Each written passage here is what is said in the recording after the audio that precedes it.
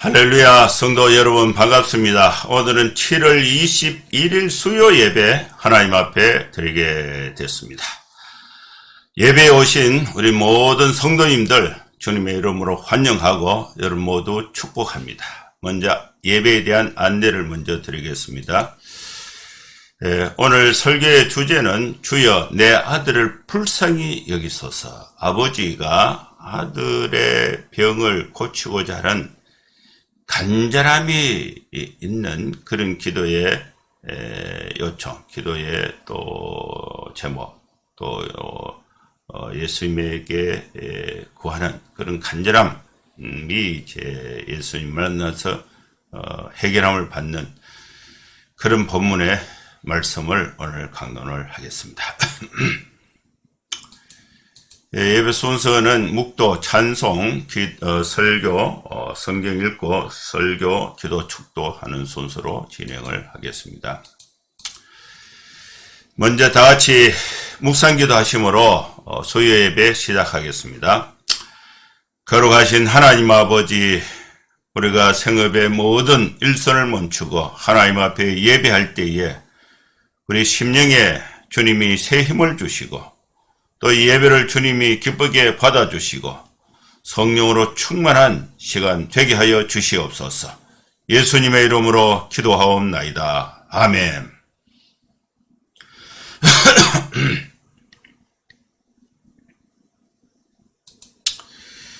찬송가 361장 찬양 드리겠습니다. 찬양이 조금 어려워서 반주를 제가 같이 하겠습니다.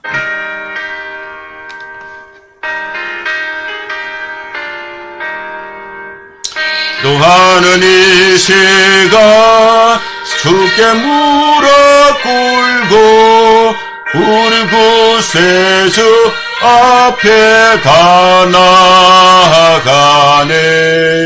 믿음으로 나가면 주가 보살피사 거신 은혜를 주네.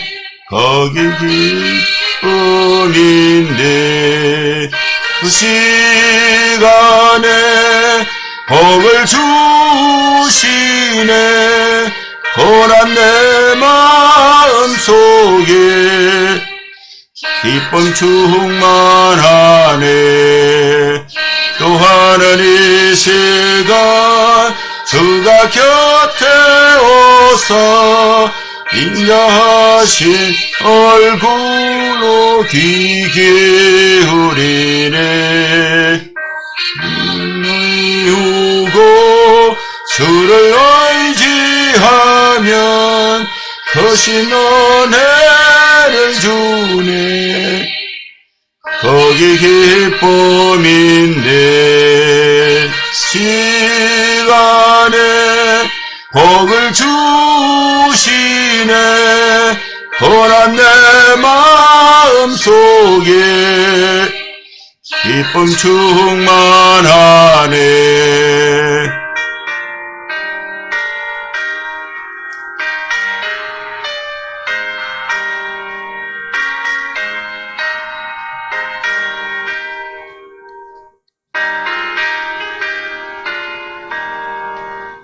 기도하는 이 시간 주께 엎드려서 엄밀하게 구할 때 고동답 받네. 잘못된 것 알으면 적은이 여기서 거신 은혜를 주네. 거기 기쁨인데 기도 시간에 복을 주시네. 고난 내 마음속에 기쁨 충만하네. 기도하는 이 시간 주를 의지하고 거신 은혜 구하면 꼭 받으리라. 의지하는 마음에 근심 사라지고 거신 은혜를 주네. 거기 기쁨 있네. 기도 시간에 복을 주시네. 고난 내 마음 속에 기쁨 충만하네.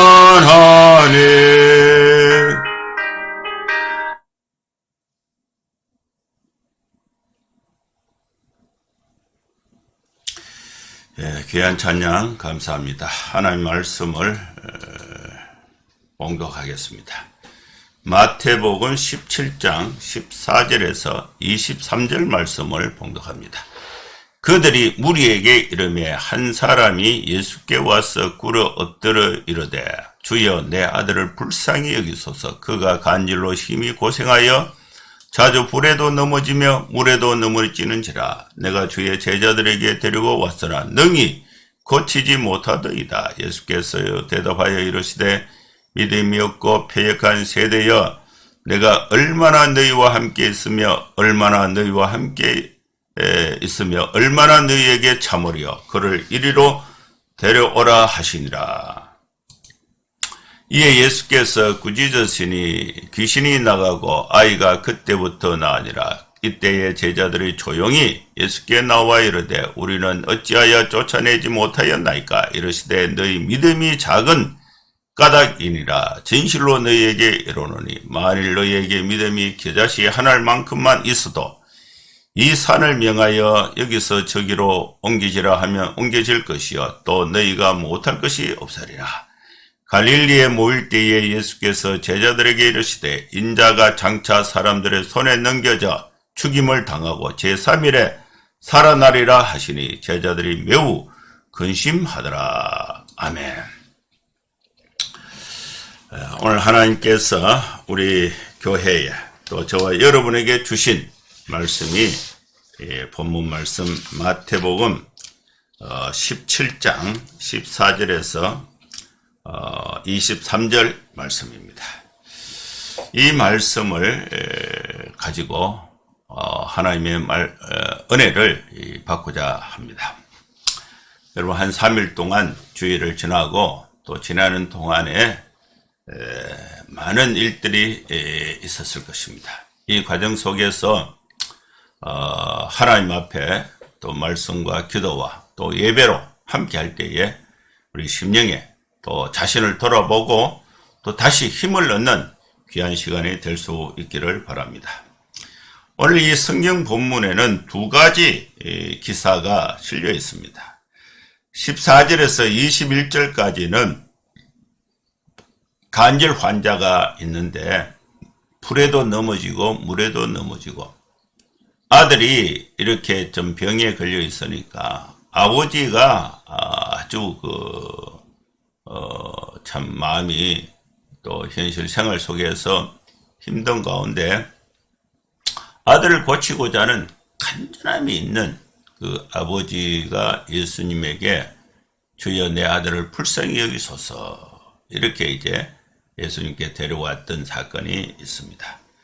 그리고 이제 22절에서 23절까지는 예수님께서 두 번째 십자가의 고난 받으실 것을 미리 제자들에게 말을 하니까 제자들이 마음에 이제 근심을 하는 그런 말씀이 있습니다. 이 말씀이 있기 전에는 이 제자들이 이 변화산에서 사건이 있습니다. 변화산에서 베드로, 야고보, 요한 이 세 명의 제자를 데리고 예수님이 높은 산에 올라가셔서 이 영광의 한 모습을 보여주고 또 보여주고 거기서 이제 베드로는 그 영광의 모습이 너무 좋으니까 여기서 초막셋을 짓고 여기서 삽시다. 이것이 이제 베드로의 그 요청이었는데 예수님은 아니다. 산 밑에 동네에 할 일이 많다.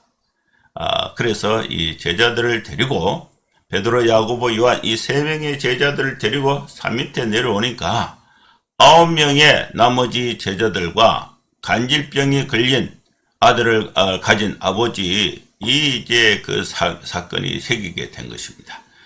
그래서 예수님이 이제 산 밑에 간질병을 고치는 그러면서 이 제자들에게 믿음이 적은 것을 이렇게 말씀하신 내용이 본문에 있습니다.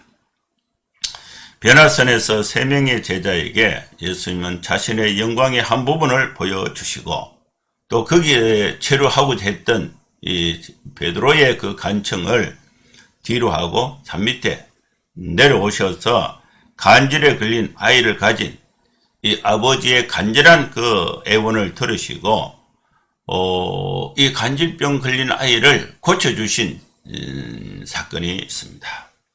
이 사건에는 두 가지 큰 의미가 있습니다. 첫째, 예수님 자신의 마지막 그 십자가의 길을 가시려고 준비를 하시면서도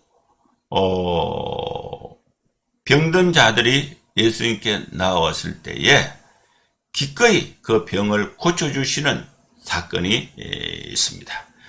병고침이나 이적은 예수님이 누구신가를 알려주는 표적의 역할을 하는 것입니다. 그래서 확실하게 이제 예수님이 누구라는 것을 하나님이라는 사실을 하나님의 아들이라는 사실을 확실히 믿게 된 이 제자들에게 다시 병을 고쳐주면서 예수님이 하나님의 아들이라는 사실을 이 표적을 보여줄 필요가 없습니다. 그런데도 예수님은 고통 가운데 있는 그 질병 가운데 있는 사람들을 만났을 때에 그들의 그 고통을 측은히 여기시고 불쌍히 여기시고 사람들의 그 삶 자체를 측은히 불쌍히 여기시고 도와주시는 모습을 볼 수가 있고 또 불쌍히 여겨달라고 요청할 때에 거부하지 아니하시는 예수님의 일상의 사역의 모습을 볼 수가 있습니다. 여러분, 우리 교회는 우리 주변에 어려운 사람들, 또 질병으로, 또 정신적으로, 또 경제적으로 힘든 사람들을 결코 외면해서는 안 됩니다. 이것은 기본이에요. 불쌍히 여기시고 그것을 도와주는 것은 기본적인 예수님의 사역의 기초가 되고 있다는 사실을 알 수가 있습니다. 두 번째, 예수님은 예수님 자신이 이 세상에 계시지 않는 동안 제자들이 어떻게 믿음으로 살아야 되고 또 믿음으로 활동을 해야 하는가에 대해서 가르치고 있는 것입니다. 예수님 자신이 없을 때에 제자들이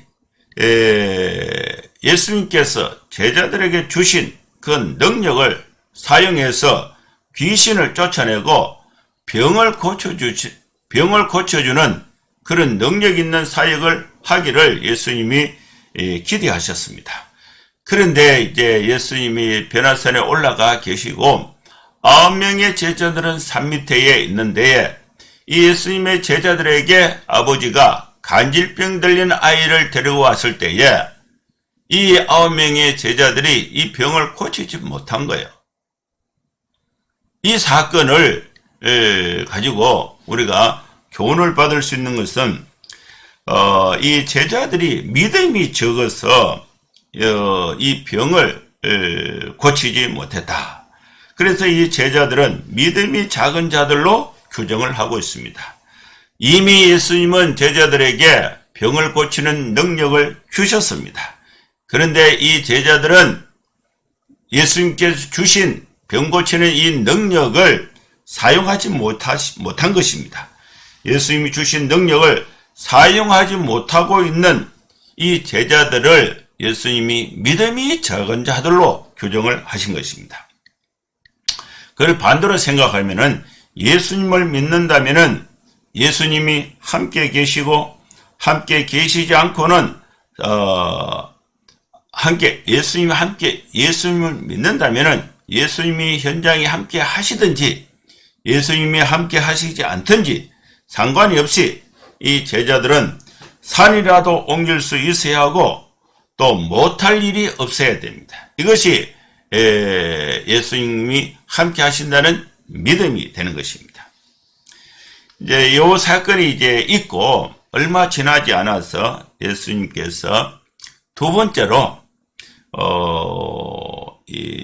예수님이 십자가의 순환, 죽음, 십자가의 죽으심과 부활을 두 번째로 말씀을 하신 것입니다. 첫 번째는 가이사랴 빌립보 지방에서 예수님께서 베드로의 신앙 고백을 듣고 십자가의 고난과 부활에 대해서 첫 번째로 말씀을 하셨고, 이 말씀을 하실 때에 베드로가 절대로 그런 일이 일어나면 안 됩니다. 이렇게 이제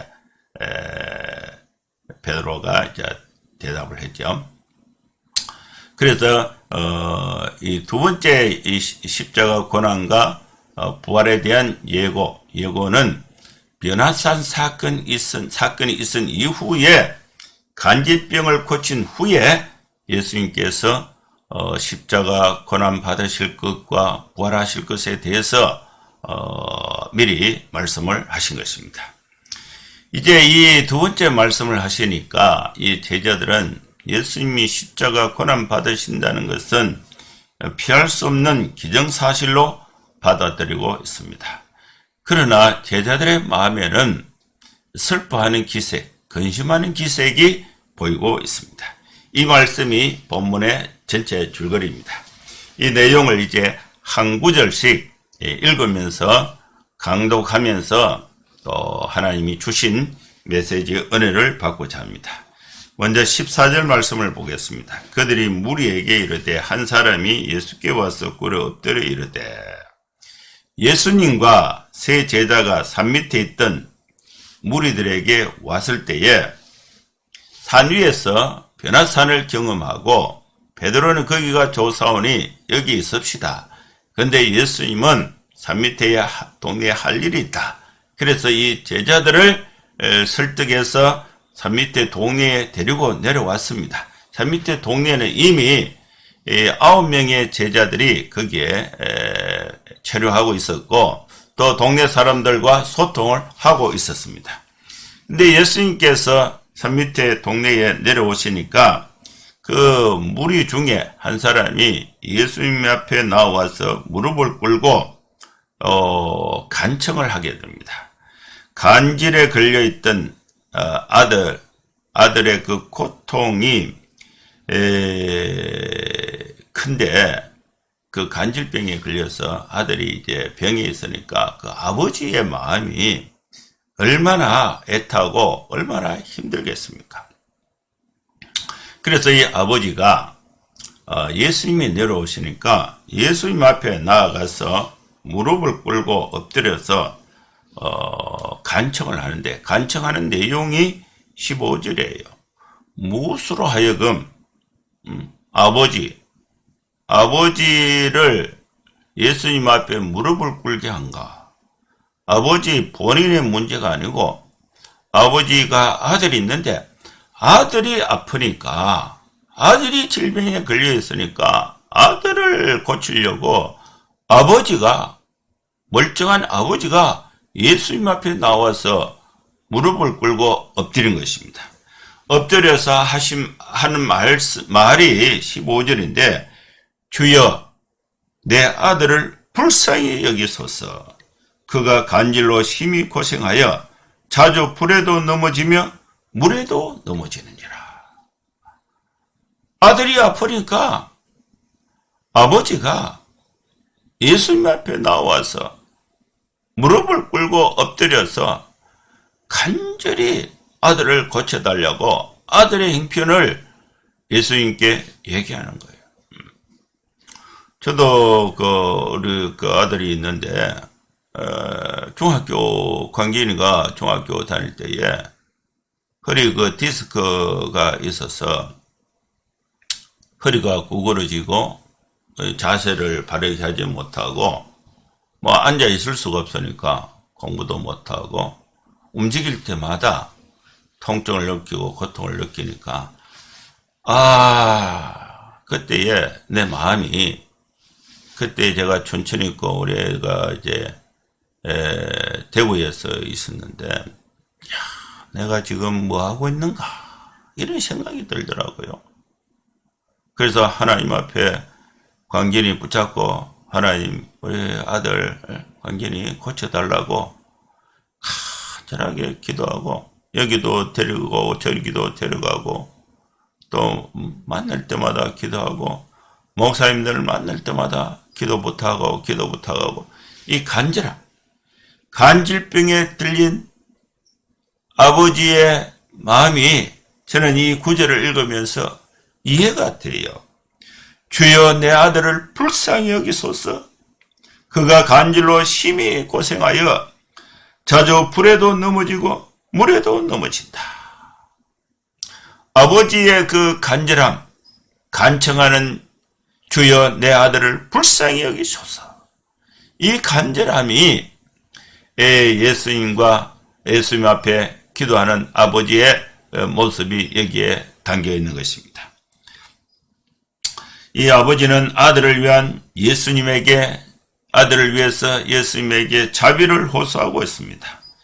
예수님은 어떤 분이신가? 자비하신 분이십니다. 자비를 베푸시는 뜻이 이적적 결과를 만들어내는 관건이 되기 때문에 그렇습니다. 그는 아들이 자주 고통을 당하고 불에도 넘어지고 물에도 빠지곤 한다. 아들의 형편을 이렇게 이제 예수님에게 얘기하고 있는 것입니다. 간질은요, 뇌질환입니다. 뇌질환으로 나타나는 이 정신적, 신체적인 질병입니다. 이 18절 말씀에 보면은 이 아들이 간질병, 뇌질환이 걸린 그 원인이 뭐냐? 그 원인을 이 경우에 이제 예수님이 이제 귀신이 들려서 귀신이 이 아들을 조종해서 물에도 넘어지고 불에도 넘어지게 한다. 그런데 아버지는 그 질병의 원인을 알지 못했습니다. 알지 못하고 아들이 고통 가운데 있으니까 불에 넘어지니까 아버지 입장에서 아들이 불에 넘어지고 얼마나 당황하겠습니까? 물에 넘어져가 호닥닥거리고 숨을 못 쉬고 꼬끌꼬닥해서 죽어가는 모습을 그 근처 내야 되죠. 그 아버지는 막 속이 타는 거예요. 그런데 그 원인이 뭔지는 몰랐습니다. 근데 예수님이 진단하셨을 때에 귀신이 이 아들 속에 들어가서 뇌 질환을 일으켜서 물에 불에 그 구분 못하고 넘어지게 한다는 거예요. 이 사실을 예수님께서 이제 아시고 16절에 아버지의 그 간절함, 주여 내 아들을 불쌍히 여기소서. 이 기도를, 이 간청을 듣고 예수님께서 고쳐주시는 장면이 있습니다. 먼저 16절 말씀에 보면은 이 아버지가 계속해서 예수님께 말합니다. 내가 주의 제자들, 예수님의 제자들 9명에게 데리고 왔는데 이들이 능히 고치지 못했습니다. 이 사람은 아들을 고치고자 하는 간절한 마음으로 예수님께 찾아왔는데 그 예수님은 산에 가시고 변화산에 올라가시고 9명의 제자들이 산 밑에 있었는 동네에 있었는데 예수님은 산에 가시고 제자들만 남아 있었는데 이때에 이 제자들에게 부탁을 했는데 이 제자들이 고치지 못했다. 예수님만이 고쳐 주실 것이라는 절박한 심정을 읽을 수가 있는 장면입니다.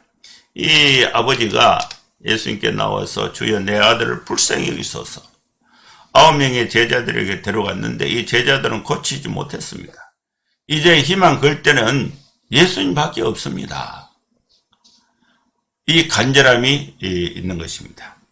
이때 이제 예수님께서 17절에 말씀을 하시는데 먼저 병을 고쳐주겠다 그 말보다도 이 제자들이 병을 고치지 못한 그 원인에 대해서 설명하고 있습니다. 예수께서 대답하여 이르시되 믿음이 없고 패역한 세대여 내가 얼마나 너희와 함께 있으며 얼마나 너희에게 참으리요 그를 이리로 데려오라 하시니라. 믿지 못하고 뒤틀린 패역한 세대라는 것은 이 제자들을 포함해서 모든 무리들을 향한 그런 말씀입니다. 예수님은 12사도들에게 병을 고치고 능력을 행사하고 귀신을 내쫓는 권세를 이미 주셨습니다. 마태복음 10장에 12제자를 예수님께서 파송하실 때에 그때에 이미 능력을 주셨어요. 그런데 이 제자들은 예수님이 없이도 예수님께서 주신 이 힘, 능력을 사용해서 병을 고쳐야 되는데 이 순간에 이 제자들은 이 능력을 사용하지 못한 거예요. 사용하지 못했다는 것은 믿음이 없어서 그렇다는 것입니다. 사람들은 가끔 예수님은 믿어도 제자들이 이러한 일을 할 수 있다고는 믿지 못하는 경우가 있습니다. 제자들은 예수님이 그들에게 주신 능력을 사용하지 못했고 또 사람들은 제자들이 예수님이 하신 그 믿음, 예수님이 하신 그 병 고치는 능력을 행할 수 있다는 것을 믿지 않는 것입니다. 제자들도 능력을 행할 것을 믿지 않고 또 사람들도 제자들이 능력 행할 수 있다는 것을 믿지 않고 이 두 가지 불신, 이 불신이 이 병을 못 고치고 불신이 현실 생활의 중대한 고통을 해결하지 못하는 것입니다. 하나님의 통치가 새롭게 시작이 되었기 때문에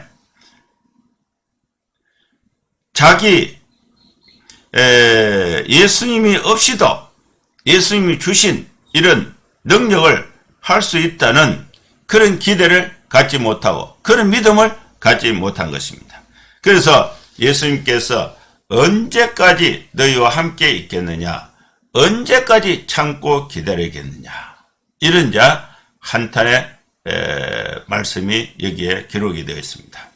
한탄하심과 꾸중에도 불구하고 예수님은 아이에게 자비를 베푸실 마음을 가지고 계셨기 때문에 그를 데려오라고 말씀하신 것입니다. 이것을 다시 제자들에게 예수님이 치유의 사역을 보여주고 계신 것입니다.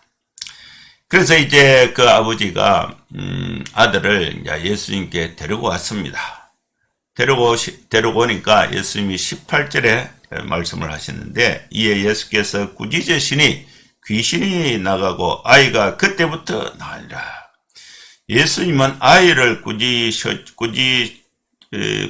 꾸짖으셨지만은 사실은 누구를 이제 꾸짖었냐? 이 아이를 사로잡고 있는 마귀 사탄을 야단을 치신 것입니다. 예수님의 한마디에 이 귀신은 이 아이에게서 떠나가고 또 아이는 완전히 치료를 받게 된 것입니다. 예수님이 병의 원인을 고쳐주신 것입니다. 사탄은 예수님에게 맞서는 절대 세력이 될 수가 없습니다. 예수님이 명령하시면은 숨어서 힘을 쓰는 잔존 세력이 예수님이 명령하시기까지 예수님이 명령하시면은 이 사탄은 이 아이에게 남아서 이 아이를 괴롭힐 힘이 없어지게 되는 것입니다. 예수님이 오신 이후에 예수님을 믿고 의지하는 사람들에게 이 사탄의 세계는 없는 것이나 마찬가지예요. 그래서 이미 예수님은 제자들에게 질병을 고치고 또 귀신을 제어하는, 귀신을 쫓아내는 그런 능력을 이미 주셨습니다. 예수의 이름을 선포하면은 귀신이 물러가고 하나님의 영이 예수의 영, 성령께서 그 사람을 지배하기 때문에 치유하는 능력이 있게 되는 것입니다. 그래서 이제 제자들은 귀신을 쫓아내지 못했습니다. 관절병 들린 이 아이를 이 관절병을 들린 아이의 괴롭히는 그 귀신을 마귀를 쫓아내지 못했습니다. 그런데 이제 예수님께서 부지저시니까 귀신이 나가고 아이가 그때부터 나았습니다. 근데 이 장면을 보고 이제 제자들이 이제 예수님께 질문을 해요. 질문이 이제 19절인데, 이때의 제자들이 이제 조용히 예수님께 나와서 질문을 합니다. 예수님, 우리는 어찌해서 쫓아내지 못하였습니까? 이 질문은 누가 하느냐? 변화산에 함께 가지 못했던 9명의 제자들이 이 관절병 들린 아이를 아버지가 데려와서 고쳐달라고 했는데 이들이 못 고쳐준 거예요. 근데 예수님은 고쳐주신 거예요. 그래서 9명의 제자들이 조용히 예수님께 와서 예수님은 고치시는데 우리는 왜 못 고칩니까? 이 질문을 한 것입니다. 9명의 제자들은 자신들이 귀신을 쫓아내지 못했던 이유를 조용히 예수님께 질문을 합니다. 예수님이 함께 하시지 않을 때에 어떻게 해야 하는지를 물은 것이나 다름이 없습니다. 예수님이 계시면 병이 고쳐지는데 예수님이 안 계시면 왜 안 고쳐집니까? 이 말이에요. 이 말은 이제 예수님이 안 계실 때도 우리가 병을 고치고 싶은데 어떻게 병을 고칠 수 있겠습니까? 이 질문입니다. 여기서 이제 예수님의 말씀, 답변의 말씀이 20절인데 20절 말씀에 보면요. 이르시되 너희 믿음이 작은 까닭이니라. 진실로 너희에게 이르노니 만일 너희에게 믿음이 겨자씨 하나만큼만 있어도 이 산을 명하여 여기서 저기로 옮겨지라 하면 옮겨질 것이요 또 너희가 못할 것이 없으리라. 예수님은 이 관절병 들린 아이에게 있는 이 귀신을 쫓아내어서 병을 고치고 못 고치고 하는 이 제자들이 병을 못 고치는 그 원인이 어디에 있느냐? 예수님은 그 원인을 제자들이 가지고 있는 믿음, 그 믿음이 작아서 그렇다는 것을 지적하신 것입니다. 믿음을 작게 만드는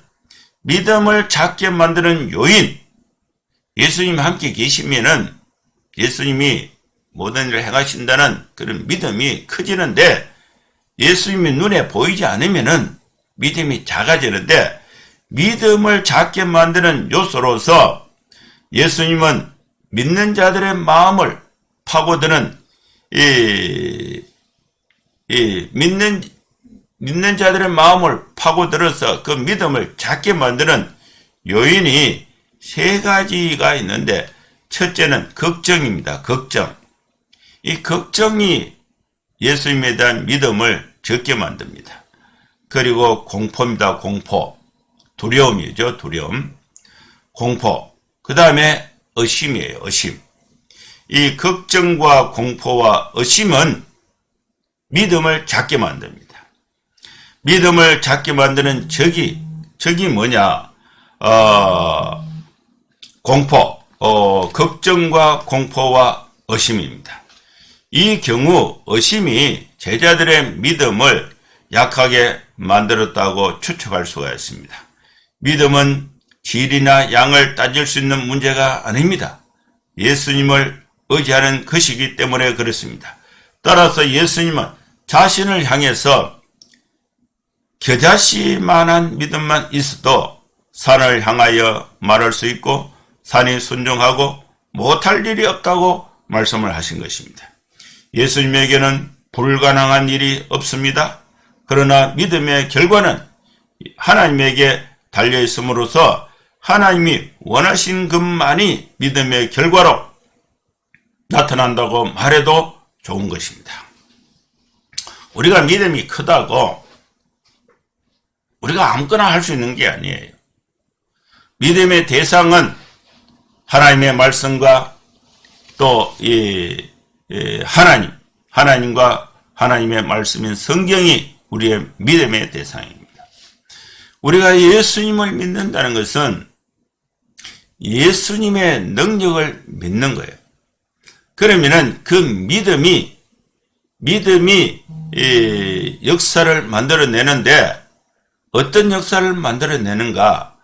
내가 믿는다고 해서 모든 걸 살 수 있는 것이 아니고 하나님이 하시고자 하시는 일들은 내가 하나님 앞에 하나님을 믿음으로써 그 믿음이 하나님이 하시고자 하시는 일을 행할 수 있다는 것을 말씀한 것입니다.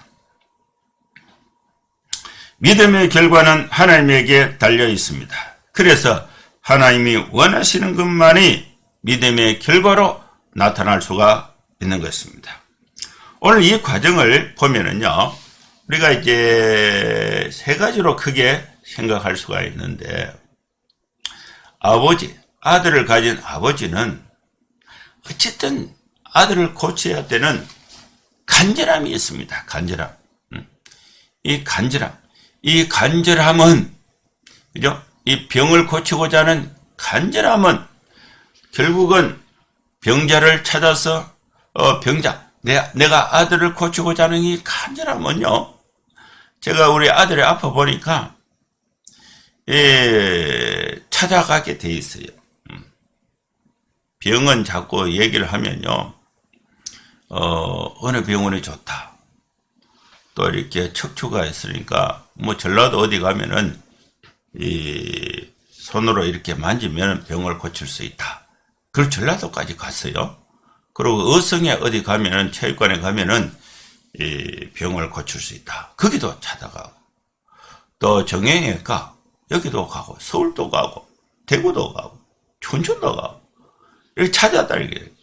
간절함이 병을, 의사를 찾아가게 되는 것입니다. 그런데 의사가 못 고치는 병이 있습니다. 못 고치고. 그러다 보면요, 또 하나님을 찾게 돼요. 간절함의 그 종점은 하나님을 찾게 된 것입니다.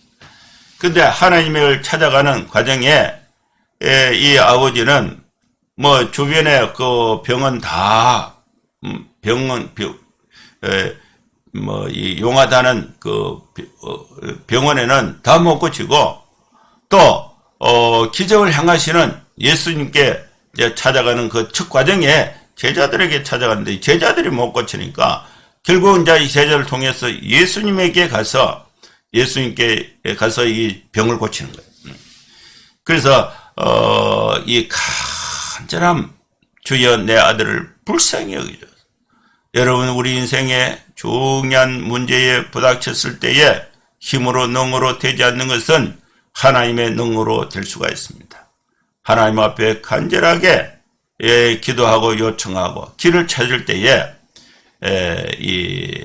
하나님으로부터 해결함을 받을 수가 있습니다. 그런데 이 제자들은 병을 못 고쳤어요. 못 고칠 이유가 뭐냐? 믿음이 적어서 그렇다. 믿음은 역사하는 힘이 있습니다.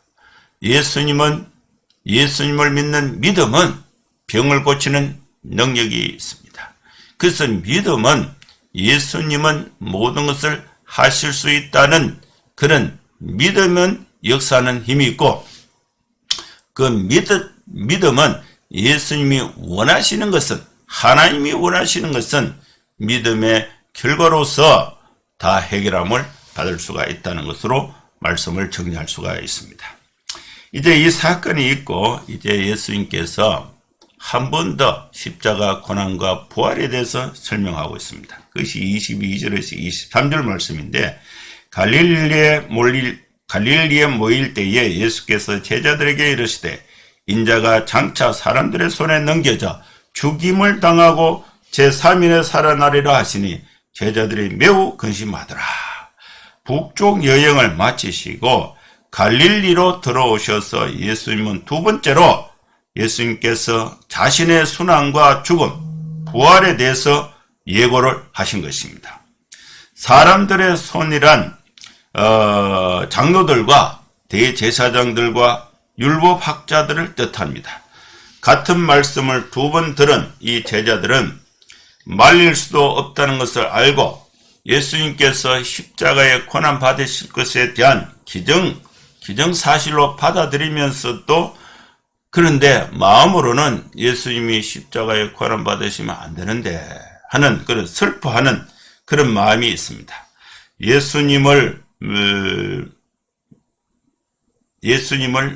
믿으면서 또 예수님께서 하신 말씀, 십자가 십자가에 고난 받으실 것에 대한 그 말씀을 듣고 그걸 그대로 이루어질 것을 믿으면서 그 일이 빨리 이루어지도록 감사하면서 그렇게 해주도록 기도할 수가 없는 거예요. 그래서 이 제자들은 마음에 근심이 생기게 된 것입니다. 이 말씀이 오늘 본문에 있는 말씀인 것입니다. 우리는 이 말씀에서 두 가지 큰 은혜를 받아야 됩니다. 예수님께서 십자가에 죽으심으로 우리가 죄사함을 받고 구원을 받게 됐다는 하나님의 대속의 은혜에 대해서 감사하고 또 이 사실을 모르는 사람들에게 우리는 전해줘야 되는 사명이 있는 것입니다. 두 번째는 우리가 살아가면서 또 가정의 문제나 질병의 문제나 또 정신적인 문제나 생활의 문제에서 내가 도저히 해결할 수 없는 중대한 문제가 있을 때에 좌절하거나 절망에 빠지는 것이 아니라 주여 나를 불쌍히 여기소서, 주여 내 아들을 불쌍히 여기소서, 자비를 베푸시는 예수님 앞에 간절함으로 나아갈 때에, 믿음으로 나아갈 때에 하나님의 해결책을 받을 수 있다는 사실을 여러분 믿고 아무리 어려운 가운데서도 다시금 힘을 내고 용기를 내고 또 믿음의 역사를 만드는 저와 여러분 될 수 있기를 주의 이름으로 축원합니다. 기도하겠습니다.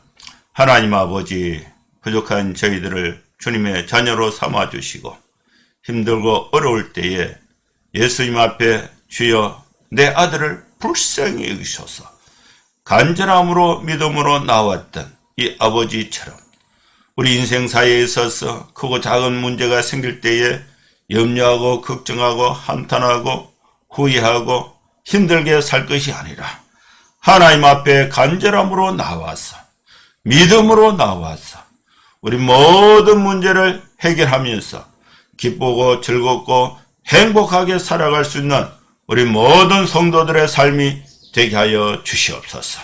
주님께서 십자가에 피 흘려 죽으심으로써 우리의 모든 죄값을 대신해 주셨으므로 구원의 은혜에 이르게 되는 은혜에 감사하면서 구원의 복음, 진리의 복음, 십자가의 복음을 다른 사람들에게 전도하면서 살아갈 수 있는 저희들 되게 하여 주시옵소서. 예수님의 이름으로 기도하옵나이다. 아멘. 축도하겠습니다. 이제는 우리 구주 예수 그리스도의 크신 은혜와 하나님의 사랑과 성령의 감동함과 역사 충만 축복하심이 이곳에 함께 예배하는 모든 성도들 머리머리 위에 이제로부터 영원토록 함께 있을지어다. 아멘. 예, 감사합니다. 예배는 마쳤습니다. 코로나 상황 가운데서 손 씻기, 거리두기, 마스크 착용, 또 여러분 지금 이제 백신이 이제 접종이 되고 있는데 여러분 순서가 오면은 놓치지 말고 또 접종해서 이 어려운 상황 속에서 안전하게 건강하게 또 생활할 수 있기를 바랍니다. 그리고 또 주일에 또 우리가 다 뵐 수 있기를 바랍니다. 감사합니다.